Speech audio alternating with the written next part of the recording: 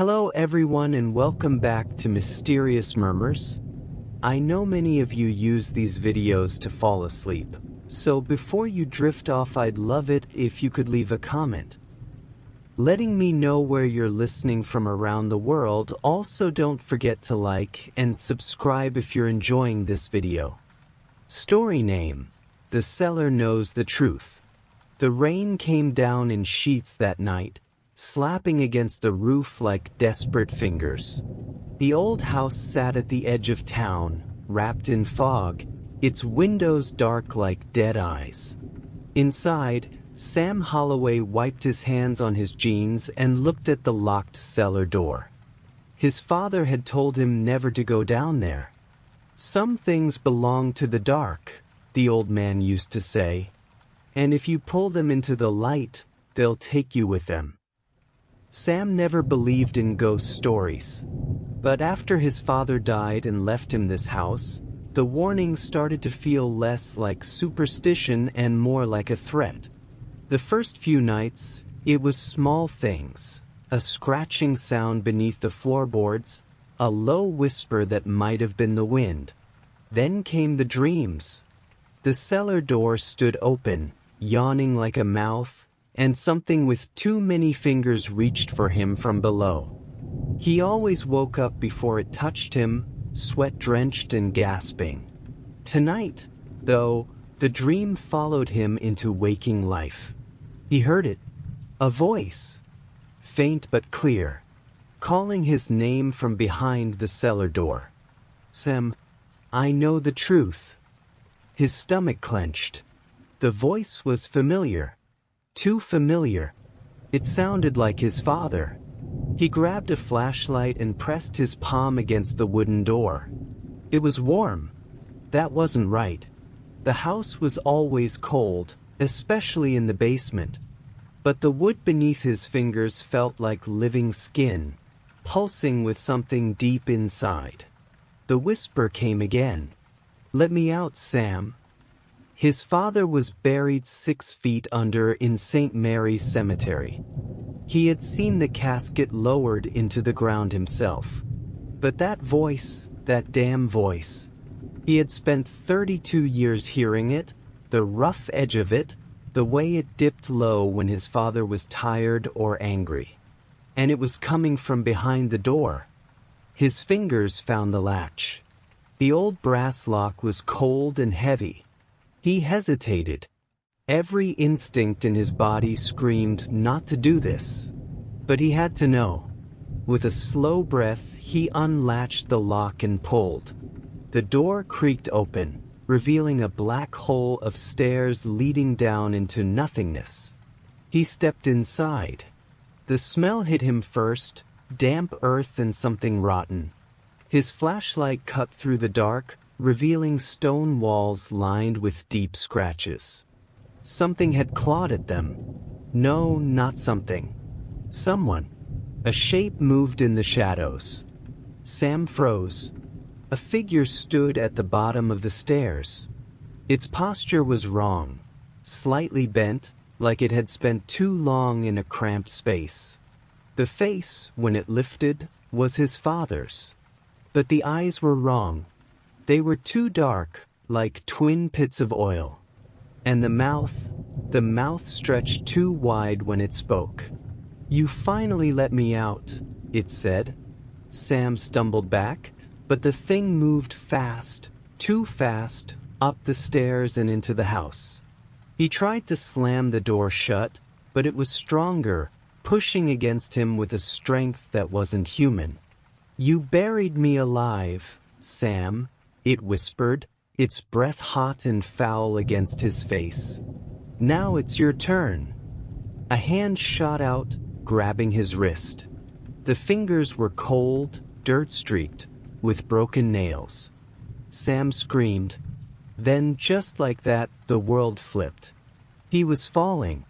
No, not falling, being pulled. The stairs rushed past him, the light from the doorway shrinking as the darkness swallowed him whole. The last thing he saw was the cellar door slamming shut.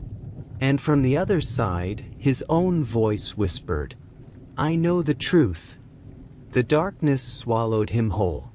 Sam hit the cold stone floor hard, his breath punched from his lungs. The flashlight rolled away, spinning light across the damp walls before coming to a stop, pointing at something in the corner. A figure. No, not a figure, a body. Sam crawled closer, his hands shaking. The body was curled into itself, knees to chest, arms twisted at odd angles. The clothes were familiar.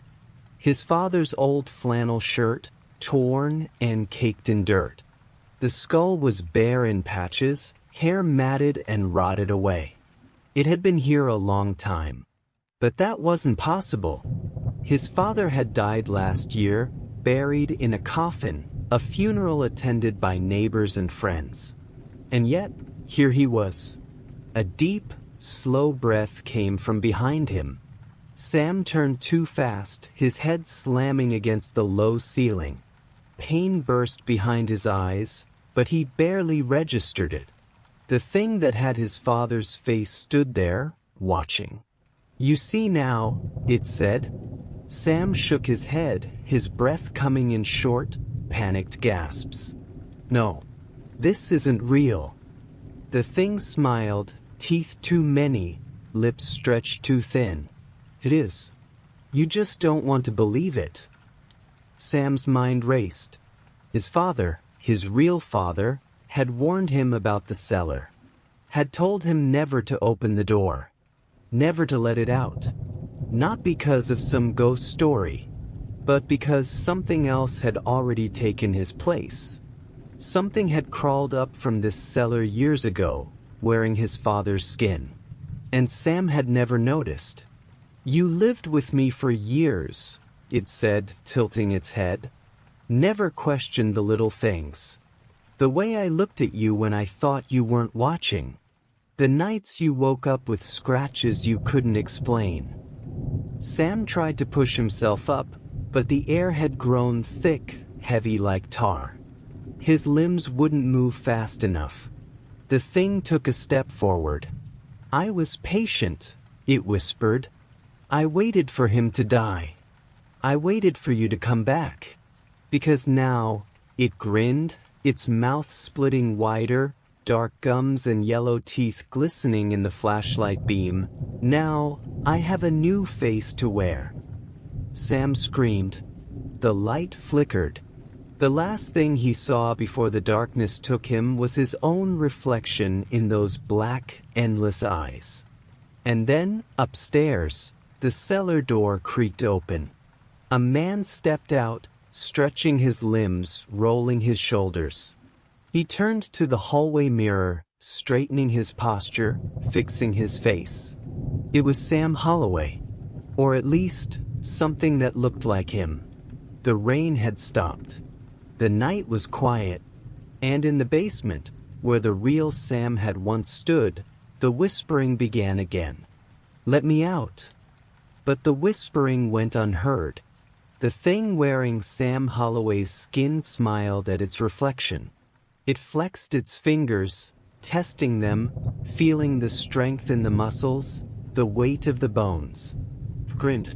The transition had been smooth, easier than the last time.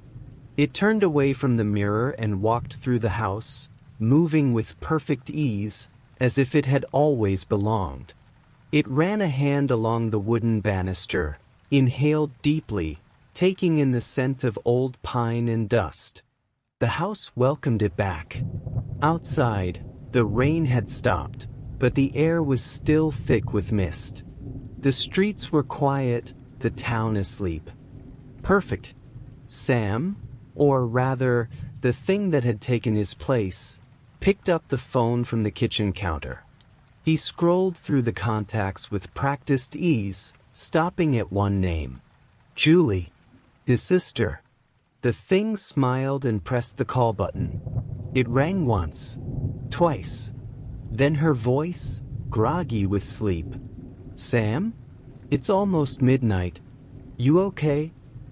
The thing adjusted its voice, shaping it into the right cadence, the right warmth. Yeah, sorry, Jules. Just couldn't sleep. Thought I'd check in. The pause. Then, softer. You sound weird. The laughed. Just the right amount. Nothing off, nothing suspicious. Just tired, I guess. Hey, I was thinking you should come by this weekend. We can go through Dad's stuff together. Maybe grab dinner? A sigh on the other end. It's been a while. Great, the thing said. See you soon. It hung up. The real Sam Holloway screamed in the cellar below, but no one heard him. No one ever would. And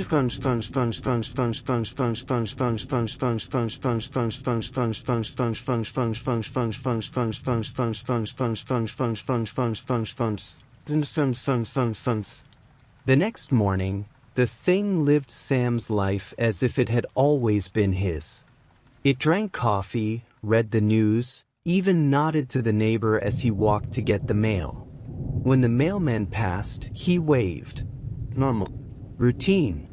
Human. But in the stillness of the house, under the floorboards, the whispers continued. Sam was down there, trapped in the dark. And he wasn't alone. Other voices murmured around him. Some sobbing. Some laughing. Some so far gone they only muttered nonsense. He pressed his palms against the cold walls, the stone damp beneath his hands. He wasn't the first, and he wouldn't be the last. Please, he whispered, though he knew it was useless. Somebody help me. From somewhere deeper in the cellar, a voice, ragged and broken, whispered back. Help never comes. And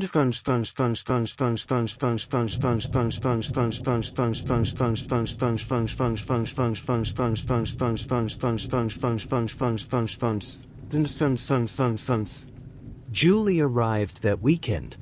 She knocked on the front door, shifting the bag on her shoulder. Something felt off. Maybe it was just being back at the house. Too many memories. Too many ghosts. The door swung open. Hey, Jules. Sam stood there, smiling. Familiar. But something about his eyes made her hesitate. Hey, she said slowly. You look different. Sam chuckled. Just been getting some rest. Come in, I'll make coffee. Julie stepped inside, but that nagging feeling didn't leave. Something in the air felt heavier. She glanced toward the cellar door at the end of the hall. For a second, she thought she heard something. A voice. A whisper. She shook it off. Sam was already in the kitchen, pouring coffee, acting normal. Acting like himself. Julie took a deep breath and followed. And behind the cellar door, the whispers grew louder. The voices behind the cellar door never stopped. Sam, the real Sam, sat in the damp, unrelenting darkness, his back pressed against the stone wall. His breathing was ragged, his fingers torn from clawing at the floor, the walls, anywhere he could find a weakness. But there was none.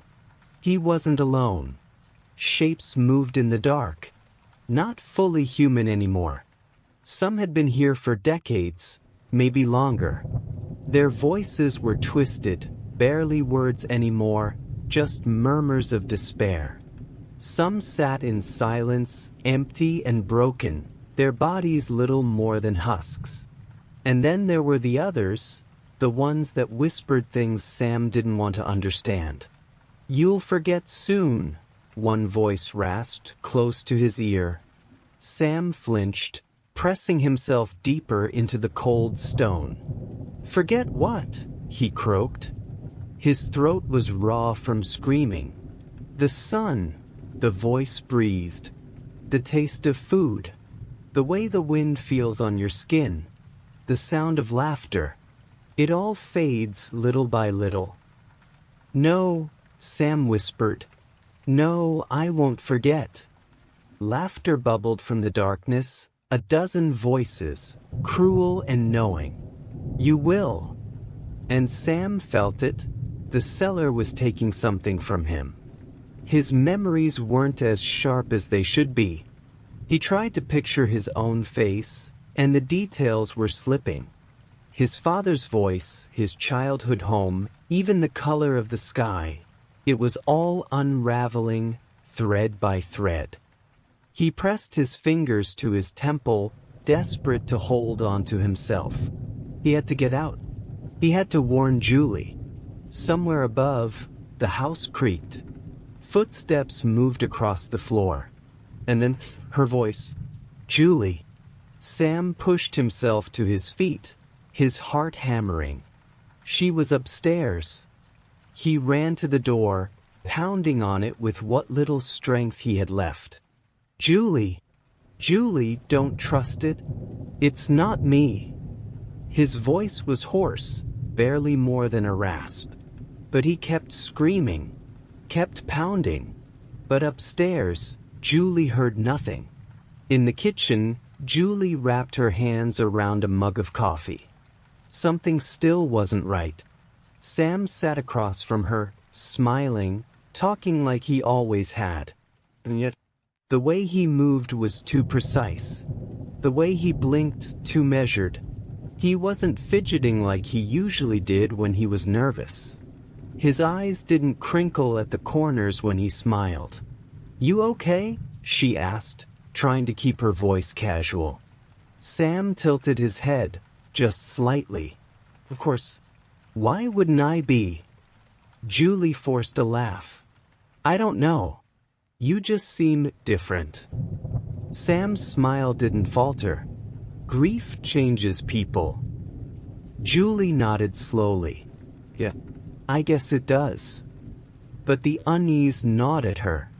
She glanced toward the hallway, toward the cellar door. Sam followed her gaze. Still thinking about that old thing? He said lightly. Julie hesitated. Dad never let us go down there. Sam's expression didn't change, but something flickered behind his eyes. A shadow of something cold and ancient. Nothing down there but dust and old junk, he said. But Julie wasn't listening anymore. She had heard something. A sound from behind the cellar door. So faint, like someone whispering her name. Sam, the real Sam, could feel his strength fading. His fists were bloody from pounding the door, his voice nearly gone. But he had one last chance. Julie was right there. He took a deep breath, forced all the air from his lungs, and screamed with everything he had left. Julie, it's not me. For a split second, he thought it was useless. Then, her footsteps, moving toward the cellar door. Julie stopped in front of the door, her fingers brushing the handle. Something inside her screamed not to do this. But something deeper, something instinctual, told her that whatever was down there needed her. She glanced back at Sam. His smile was wrong. Too still. Too expectant. Julie, he said, his voice soft, almost coaxing. Let's not do this. There's nothing down there. The pause. Then a knock. Slow. Coming from inside the cellar. Julie's heart slammed against her ribs. She looked at the door, then back at the thing wearing her brother's face. Its smile didn't change, but for the first time, she saw something in its eyes. Julie grabbed the handle and pulled. The door flew open. The stench of damp earth and rot hit her like a slap. And standing there, in the flickering light from the kitchen, was Sam. The real Sam. Trembling. Eyes wide with terror. Julie staggered back. Oh my God! Behind her, the thing wearing Sam's skin moved. Too fast. Too wrong. It lunged for her, its face splitting open, its mouth stretching impossibly wide. Julie barely had time to scream before Sam grabbed her and pulled her into the cellar. The door slammed shut. The thing on the other side pounded against it, snarling in rage. Then, silence. Julie turned to Sam, gasping for breath. He grabbed her shoulders, his grip warm. "Human. You saved me," he whispered. Julie shook her head, tears stinging her eyes. "What the hell was that?" Sam swallowed hard. "It was never Dad." His voice broke. "It took him. It wore him. I never knew. Not until it came for me." Julie pressed a hand over her mouth. "And now?" Sam glanced at the door. On the other side, the thing wearing his skin had stopped moving. It was listening, waiting. A slow, low whisper seeped through the wood. "Let me out." Sam took a breath and backed away. "No," he whispered. "Not this time." He turned to Julie, took her hand, and together, they stepped deeper into the cellar. The whispers grew louder. And then, as if the darkness itself had swallowed them, they disappeared. Upstairs, the house went still. The rain started again, tapping against the windows like fingers. And behind the cellar door, the whispering never stopped. If you've enjoyed this journey into the unknown, don't forget to like the video and share your thoughts in the comments below. Have a tale of your own or a legend you'd like us to explore? Let us know. You might just hear it next. Be sure to subscribe and hit the bell icon so you never miss a story. Because Hear the Darkness is always waiting just for you.